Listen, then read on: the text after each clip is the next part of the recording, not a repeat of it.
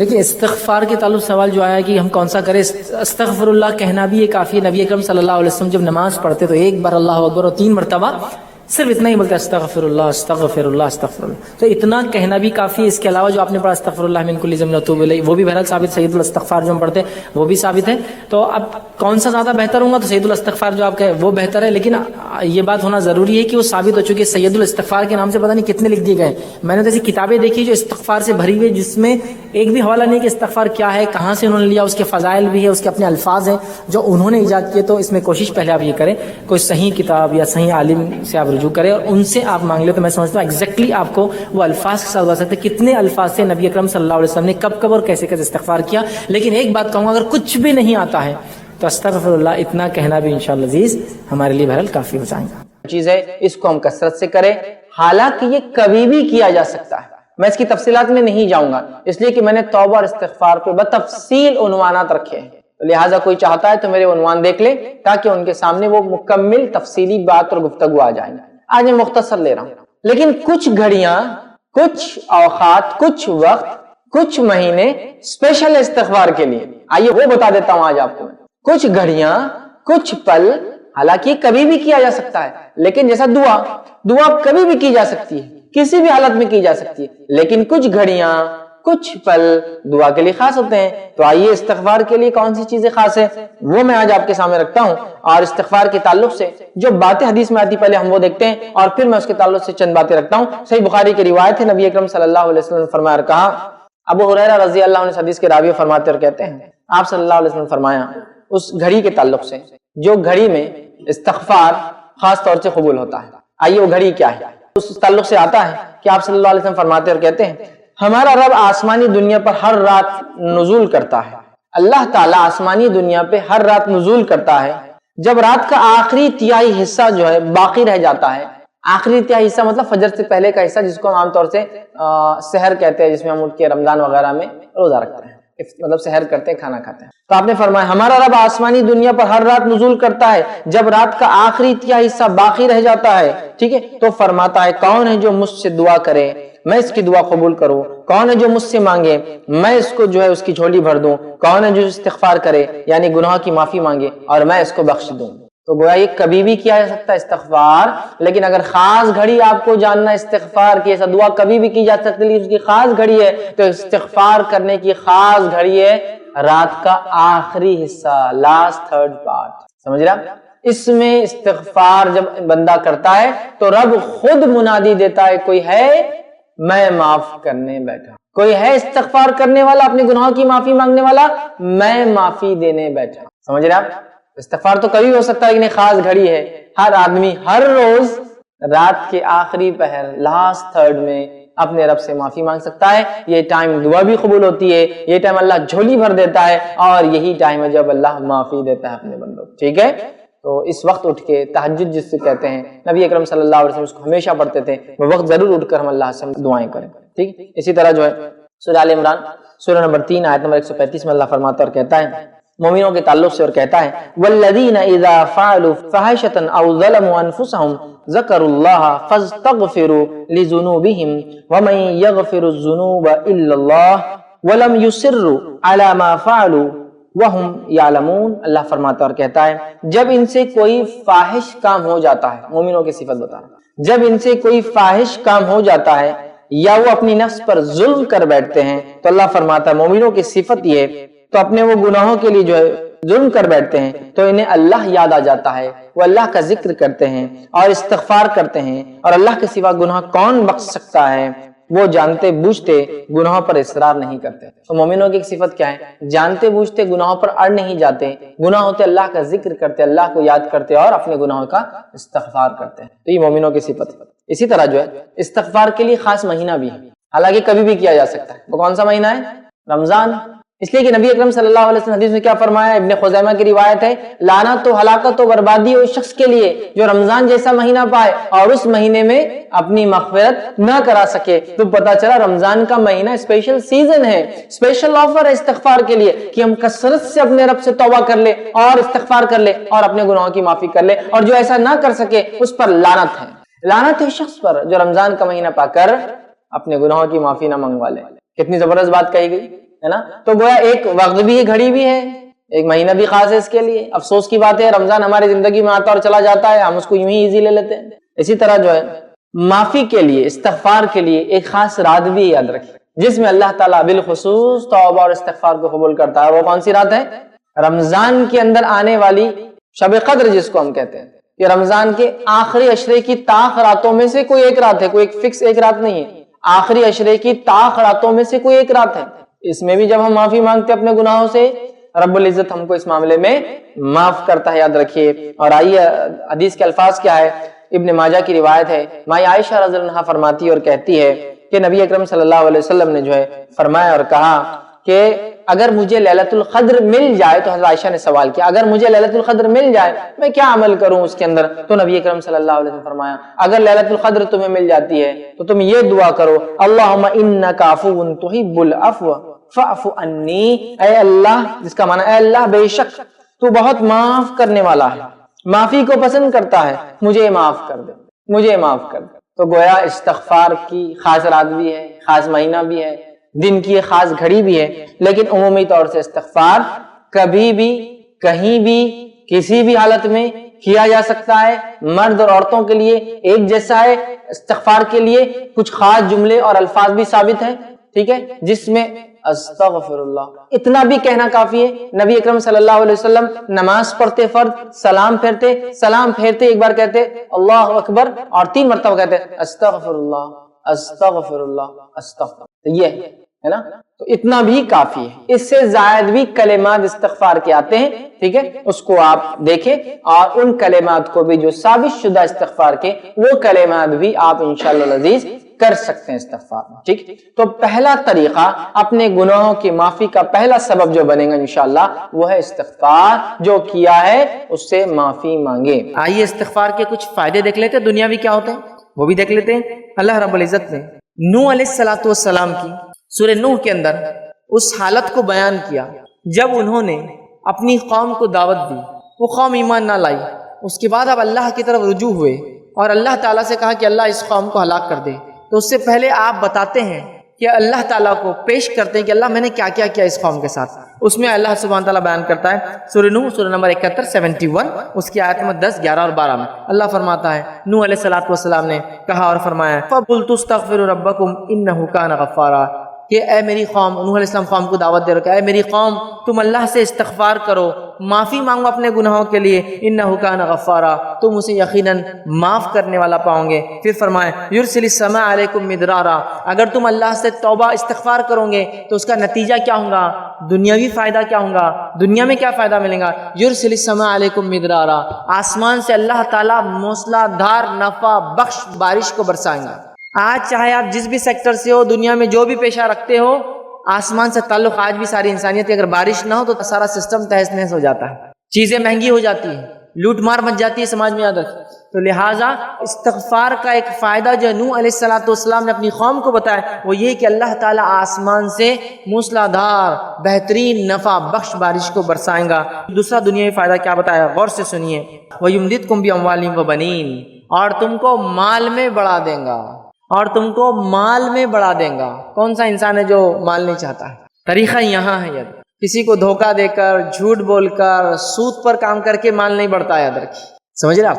اسلامی طریقے ہیں مال کمانے کے. تو یہاں ایک فائدہ استغفار کا یہ ہے کہ اللہ تعالیٰ فرما رہا ہے کہ نوح علیہ الصلوۃ والسلام کی زبانی کہ نوح علیہ الصلوۃ والسلام نے جو ان پر وہی آئی تھی اپنی قوم کو سنا رہے ہیں کہ فائدہ کیا ہوگا؟ آسمان سے بارش برسیں گی. دوسرا فائدہ ہوگا کہ تمہیں جو ہے اللہ تعالیٰ مال میں بڑھا دیں گا. پھر فرمایا وبنین، اور تمہیں اولاد میں بڑھا دیں گا، تمہیں اولاد میں بڑھا دیں گا. پھر آگے فرمایا نوح علیہ الصلوۃ والسلام نے وَيَجْعَلْ لَكُمْ جَنَّاتٍ وَيَجْعَلْ لَكُمْ أَنْهَارًا، اور تمہارے لیے باغات بنا دیں گا اور اس میں نہریں جاری کر دیں گا.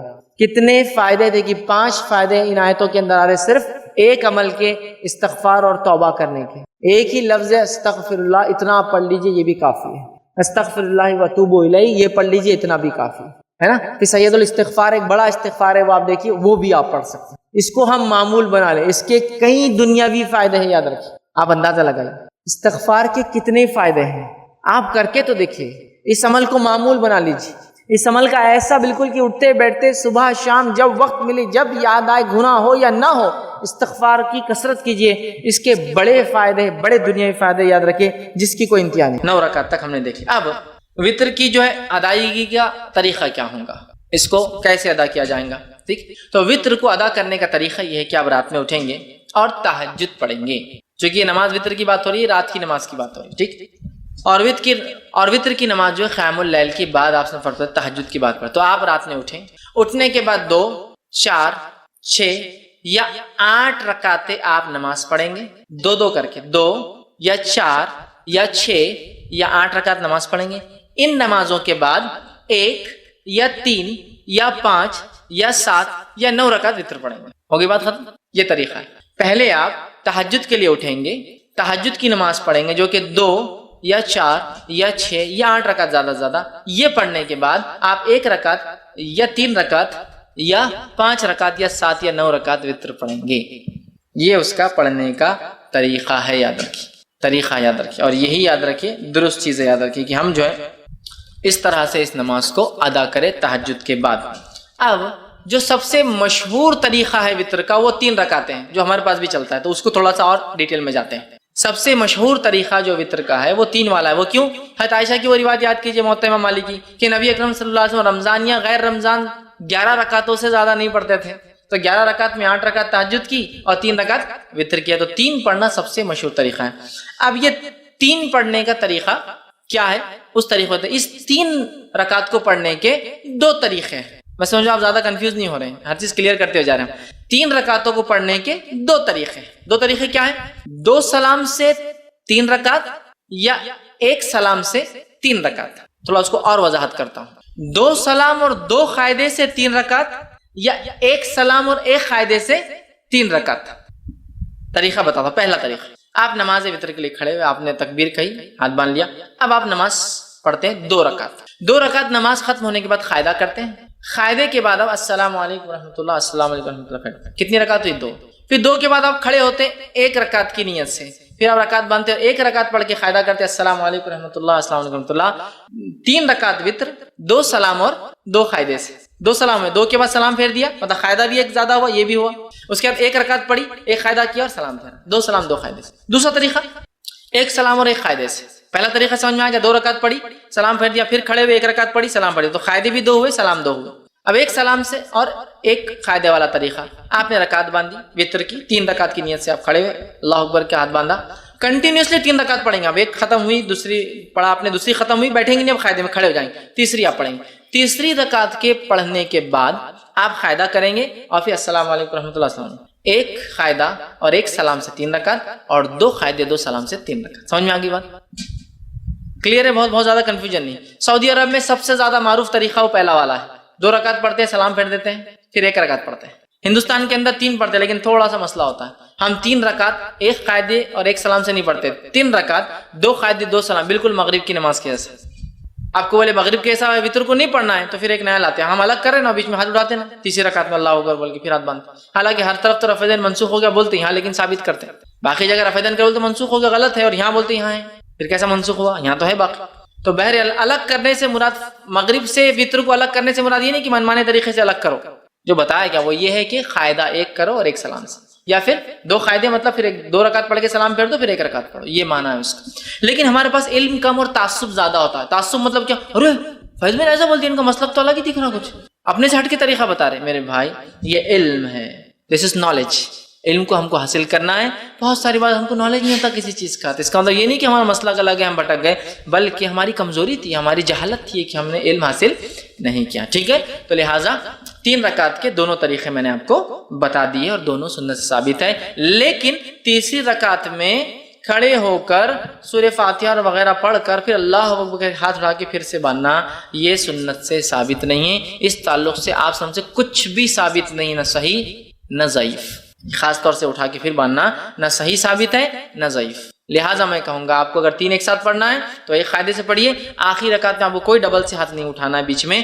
اب پھر وہ دعائے قنوت کیسے کرنا، پھر فرق کیسے کرنا، دعائے قنوت کی طرف میں جا رہا ہوں۔ پہلے میں طریقے بتانا چاہ رہا تھا، تو ہو گیا 3 وتر کا طریقہ، 2 طریقے 3 وتر کے، یہ میں سمجھتا ہوں واضح ہو گئی۔ اور نبی اکرم صلی اللہ علیہ وسلم سے بہت ساری حدیثوں میں بات، سب جیسے صحیح مسلم کی اور صحیح بخاری کی روایت متفق علیہ۔ عبداللہ بن عمر رضی اللہ عنہما فرماتے آپ رات کی نماز کو 2 رکعتیں کر کے پڑھتے تھے اور آخر میں 1 رکعت وتر پڑھتے تھے، 2 2 2 2 2 2 2 مطلب 5 سلام ہو گئے، اس کے بعد آپ کھڑے ہوتے اور 1 پڑھتے ہیں، ٹوٹل ہوئی 11 رکعتیں، ٹھیک ہے۔ تو یہ طریقہ ہے اور ایک ساتھ پڑھنے کا بھی آپ سے ملتا ہے۔ اسی طرح رکعت وتر میں کیا خیرت کر سکتے ہیں، تو رکعت وتر میں سورہ فاتحہ کے بعد آپ کچھ بھی خیرت کر سکتے ہیں، اور وتر کی رکعت کی خصوصیت یہ ہے کہ اس میں تیسری رکعت میں بھی آپ کو ضمی سورہ ملانا ہے۔ دوسری نمازوں میں آپ صرف پہلی 2 رکعتوں میں کرتے ہیں نا، نفل چھوڑ کر، جیسا فرائض وغیرہ میں، اس میں آپ کو جیسا آپ نفل نماز پڑھتے ہیں، ہر رکعت میں آپ کو سورہ فاتحہ کے بعد ضمی سورہ، ہر رکعت میں ملانا ہے، 3 ہو 5 ہو 7 ہو، ہر رکعت میں سورہ فاتحہ و ضمی سورہ ملانا ہے، یاد رکھیے۔ تو آپ کو سہولت ہو سورہ فاتحہ کے بعد آپ وہ ضمی سورہ ملائیں۔ لیکن اگر کوئی خاص سنت نبی اکرم صلی اللہ علیہ وسلم کیا پڑھتے تھے، تو اگر خاص سنت جاننا ہے تو ابو داؤد، نسائی اور ابن ماجہ کی روایت ہے، نبی اکرم صلی اللہ علیہ وسلم، جس میں حضرت عائشہ فرماتی ہے نبی اکرم صلی اللہ علیہ وسلم تہجد جب پڑھتے اس کے بعد وتر پڑھتے تو سورہ فاتحہ کے بعد پہلی رکعت میں سبح اسم ربک الاعلی سورہ اعلیٰ تلاوت کرتے، دوسری رکعت میں قل یا اہل الکافرون تلاوت کرتے ہیں، اور تیسری رکعت میں قل هو اللہ احد تلاوت کرتے ہیں۔ تو اگر خاص سنت آپ کو فالو کرنا ہے تو سبح اسم ربک الاعلی، ٹھیک، سورہ جو اعلیٰ، اس کے بعد سورہ کافرون، اور اس کے بعد سورہ اخلاص، ٹھیک۔ ایک روایت میں یہ بھی ملتا ہے کہ نبی اکرم صلی اللہ علیہ وسلم آخری رکعت میں سورہ اخلاص، سورہ فلق اور سورہ ناس تینوں ملا کر پڑھتے تھے۔ تو آپ چاہے تو یہ بھی کہیں سورہ فلق، سورہ اخلاص، قل اللہ احد، قل اعوذ برب فلق، قل اعوذ برب الناس، تینوں آپ پڑھتے تھے، یہ روایت بھی ملتی ہے۔ لیکن اگر آپ کو یہ سب یاد بھی نہیں ہے تو آپ کو جو پڑھنا ہے پڑھیے، اسلام آپ کو روکتا نہیں۔ پہلی رکعت میں سورہ اخلاص پڑھ لیجیے، دوسری رکعت میں سورہ فلق پڑھیے، تیسری رکعت سورہ ناس، کو مسئلہ نہیں، چونکہ آپ کو یہ اگر 3 یاد ہے۔ لیکن جس کو یاد ہو اور چاہتا ہے کہ سنت کی اتباع کرے تو یہ اچھا ہے کہ وہ سورہ اعلیٰ، سورہ کافرون، سورہ اخلاص۔ لیکن یہاں ایک چیز واضح کر دوں، اس کے علاوہ بھی امام پڑھے تو اس میں کوئی حرج اور غلطی نہیں، ورنہ بہت سے لوگ آتے ہیں تمہارا منہج غلط دکھ رہا تھوڑا، اس میں کیا ہے، پڑھ سکتا ہے آدمی۔ بہت سارے لوگ ایسے ہوتے ہیں کہ ذرہ برابر بھی سورہ بھی الگ ہوا تو بولتے تم نے گڑبڑ کی کچھ طبی۔ جو سہولت ہو قرآن کا، جو حصہ آسان ہو وہ پڑھے، لیکن کوئی اگر اتباع کرنا چاہتا ہے کہ نبی کیا پڑھتے تھے آپ سب یہ پڑھتے تھے، لیکن ضروری نہیں ہے، قرآن کا جو یاد ہے آپ کو پڑھ سکتے ہیں تو آپ یہ پڑھتے۔ اور ایک روایت میں آتا ہے کہ آپ آخری رکعت میں سورہ اخلاص، سورہ فلق اور سورہ ناس تینوں کی تلاوت کیا کرتے تھے۔ اسی طرح آپ صلی اللہ علیہ وسلم کے تعلق سے مسند احمد، نسائی اور ابن ماجہ کی روایت آتی ہے کہ نبی اکرم صلی اللہ علیہ وسلم 3 رکعت وتر سے فارغ ہونے کے بعد سلام پھیرتے، سلام پھیرنے کے بعد 3 مرتبہ یہ الفاظ ادا کرتے سلام کے بعد، سبحان الملک القدوس، 3 بار یہ الفاظ ادا کرتے، سبحان الملک القدوس، سبحان الملک القدوس، سبحان الملک القدوس، یہ 3 بار پڑھتے ہیں۔ اور ایک روایت میں آتا ہے کہ نبی اکرم صلی اللہ علیہ وسلم سبحان الملک القدوس 2 بار آہستہ پڑھتے اور تیسری بار تیز پڑھتے، مطلب جس کو حضرت عائشہ فرماتی ہم سن سکتے تھے، مطلب 2 بار پڑھتے سبحان الملک القدوس، سبحان الملک القدوس، سبحان الملک القدوس 3 بار۔ اور اس میں بھی آتا ہے کہ روایت میں جب آپ آخری بار تیز پڑھتے تو یوں پڑھتے کہ القدوس کو لمبا کھینچتے، سبحان الملک القدوس لمبا کھینچتے۔ تو یہ بھی طریقہ ہے، وتر پڑھ لیا آپ نے، اس کے بعد آپ سبحان الملک القدوس، سبحان الملک القدوس، سبحان الملک القدوس لمبا کھینچتے اس کو، یہ پڑھ سکتے۔ اسی طرح ایک روایت اور آتی دارقطنی کی، اس میں اضافی الفاظ یہ کہ نبی اکرم صلی اللہ علیہ وسلم سبحان الملک القدوس کہنے کے بعد یہ بھی کہتے ہیں رب الملائکۃ والروح۔ سبحان الملک القدوس کا معنی ہوتا ہے پاک ہے وہ بادشاہ صاحب قدوس، ٹھیک۔ اسی طرح رب الملائکۃ والروح جو رب ہے فرشتوں کا اور جبرائیل کا، یہ بھی آپ اضافہ کیا کرتے تھے۔ تو اگر آپ کو یہ بھی پڑھنا ہے تو ہمارے پاس یہ عموماً ہر 4 رکعت تراویح کے بعد پڑھتے ہیں اور بہت لمبا لمبا پڑھتے ہیں، اس میں اور بھی اضافہ ہے، ٹھیک ہے۔ لیکن یہ تو وتر کے بعد ثابت ہے، 3 بار سبحان الملک القدوس، 2 آہستہ 1 تیز، اور آخر کا کھینچتے ہوئے ذرا لمبا کرتے ہوئے قدوس، ٹھیک ہے۔ اس کے بعد رب الملائکۃ والروح، یہ بھی آپ اس کے ساتھ اضافہ کر سکتے ہیں۔ اب دعائے قنوت پہ آ جاتے ہیں۔ دعائے قنوت اس کی حیثیت کیا ہے، پڑھنا اور نہیں پڑھنے کا کیا معاملہ ہے، اور کب پڑھا جائے گا۔ دعائے قنوت یہ وتر کی نماز کا میں پڑھنا ضروری نہیں ہے، یہ پہلے کلیئر کر دیں۔ بہت سے لوگ وتر نہیں پڑھتے کہ دعائے قنوت یاد نہیں ہے، تو کلیئر کر دیتا ہوں۔ دعائے قنوت کا وتر میں پڑھنا ضروری نہیں ہے، یہ ایک سہولت ہے، اللہ نے مدد کی اس نماز سے، تو اس سہولت کا فائدہ اٹھائے جو اٹھانا چاہتا ہے، لیکن کمپلسری نہیں ہے۔ دونوں باتیں سمجھ میں آ رہی ہیں؟ میں ٹریول کر رہا ہوں، مجھے پرمیشن ہے کہ میں 10-20 کلو سامان لے جا سکتا ہوں، لیکن میں نہیں لے جا رہا ہوں، سہولت تو ہے، میں نہیں اٹھا رہا ہوں فائدہ، لیکن سہولت ہے ضرور نہیں. کیوں میں کہہ رہا ہوں, میں یہ نہیں کہہ رہا ہوں مت پڑھو, میں یہ کہہ رہا ہوں بہت سارے لوگ یہ دعا یاد نہیں بول کے نمازیں نہیں پڑھتے, تو نماز مت چھوڑو, یہ تو مستقل عبادت ہے. دعا اس کا ایک پارٹ ہے لیکن کمپلسری پارٹ نہیں. اٹیچ ہو جائے تو بھی چلے گا, ڈیٹیچ نہیں بھی اٹیچ ہوگا, نکال بھی دیا جائے تو بھی چلتا ہے. تو یہ دعا کی کیا حیثیت ہے, دعائے قنوت کی؟ پڑھے تو اچھی بات ہے, نہ پڑھنے سے انشاءاللہ کوئی فرق نہیں پڑتا آپ کی وتر پر, نماز پر. ٹھیک ہے, تو اسے پڑھنے کے دعائے قنوت کے دو طریقے ہیں, دونوں طریقے بہرحال جو انسان چاہے اس پہ عمل کر سکتا ہے. دعائے قنوت رکوع سے پہلے اور دعائے قنوت رکوع کے بعد. پہلے تو کلیئر کر دیا میں, دعائے قنوت پڑھنا کمپلسری نہیں لیکن پڑھ سکتا ہے. دعائے قنوت رکوع سے پہلے اور دعائے قنوت رکوع کے بعد. اس کا طریقہ کیا ہے؟ آپ نے رکعت باندھی, سورہ فاتحہ ضمی سورہ ملایا. ٹھیک ہے, مطلب یہ آخری رکعت کی بات کر رہا ہوں میں, آخری رکعت مطلب آپ تیسری رکعت میں اٹھے, مطلب یہ دعائے قنوت آپ جب پڑھیں گے تو وتر کی آخری رکعت میں پڑھیں گے. ایک پڑھے تو اس کے اندر 3 پڑھے تو تیسری میں, 5 پڑھے تو 5ویں میں, 7 پڑھے تو 7ویں میں, 9 پڑھے تو 9ویں رکعت میں ہوں گا. تو آپ کھڑے ہوئے تیسری رکعت کی, سمجھو انڈیا پاکستان ہم 3 رکعتیں پڑھتے, تیسری رکعت میں کھڑے ہوئے آپ. ٹھیک, تو تیسری رکعت میں آپ کھڑے ہوئے, تیسری رکعت میں کھڑے ہونے کے بعد سورہ فاتحہ پڑھی آپ نے. سورہ فاتحہ پڑھنے کے بعد ضمی سورہ ملایا. ضمی سورہ ملانے کے بعد اب آپ کیا کریں گے؟ دعائے قنوت اپنی شروع کر دیں گے. ٹھیک, اس کے لیے خاص ہاتھ اٹھا کر واپس باندھنا یہ سنت سے ثابت نہیں ہے. اللہ اکبر کہنا بھی سنت سے ثابت نہیں ہے, ہاتھ اٹھانا بھی ثابت نہیں ہے. تو آپ سورہ فاتحہ پڑھی اور سمجھو 3 رکعت میں آپ سورہ اخلاص پڑھے, سمجھے آخری سورہ اخلاص پڑھی, اور اس کے بعد آپ اللہم اہدنی فیمن ہدیت, اور وہ دعا آپ اس کے بعد شروع کر دیں گے پڑھنا. یہ ایک طریقہ. دوسرا طریقہ, آپ تیسری رکعت میں کھڑے ہوئے, سورہ فاتحہ ضمی سورہ ملایا, اللہ اکبر کہہ کے رکوع میں گئے, رکوع سے اٹھا سمی اللہ لمن حمیدہ ربنا لک الحمد حمدا کثیرا طیبا مبارکا فی اللہم اہدنی فیمن ہدیت وعافنی فیمن عافیت. اب آپ یہاں سے وہ دعا شروع کر دیں گے, اور اس کے بعد پھر دعا ہونے کے بعد سیدھا سجدے میں چلے جائیں. تو یہ دعا 2 جگہ کی جا سکتی ہے, قیام میں اور رکوع کے بعد. اس میں افضل قیام میں کرنا ہے, اس میں افضل قیام میں کرنا ہے. گو رکوع کے بعد بھی کی جا سکتی. امام بخاری نے ایک باب ہی باندھ دیا اپنی کتاب میں کہ قنوت, وتر میں قنوت رکوع سے پہلے اور رکوع کے بعد, مطلب قیام میں اور رکوع کے بعد دونوں ہی درست ہے, لیکن افضل کیا ہے؟ قیام میں کر لے آپ, یہ زیادہ افضل ہے. اس لیے کہ نبی اکرم صلی اللہ علیہ وسلم نے فرمایا, حدیث جو ہے نسائی کی اور ابن ماجہ کی ہے, ابی بن کعب رضی اللہ عنہ فرماتے ہیں, کہتے ہیں نبی اکرم صلی اللہ علیہ وسلم رکوع جانے سے پہلے دعائے قنوت پڑھا کرتے تھے. رکوع میں جانے سے پہلے دعائے قنوت پڑھا کرتے تھے. تو اس سے میں کہہ رہا ہوں رکوع سے پہلے پڑھ لینا یہ افضل ہے. اب اس میں کیا, اس میں ہاتھ اٹھایا جائے؟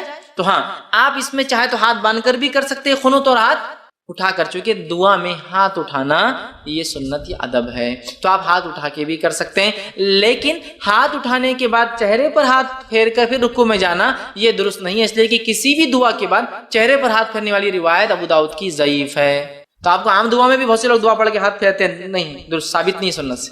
دعا پڑھیے اور چھوڑ دیجیے, دعا ہو چھوڑ دیجیے. بہت سے لوگ ہاتھ پھیرتے ہیں. تو اسی طرح دعا میں چونکہ ہاتھ اٹھائے جا سکتے, تو ابو داؤد کی روایت کے مطلب آپ رات میں بھی ہاتھ اٹھا سکتے ہیں وتر کے اندر.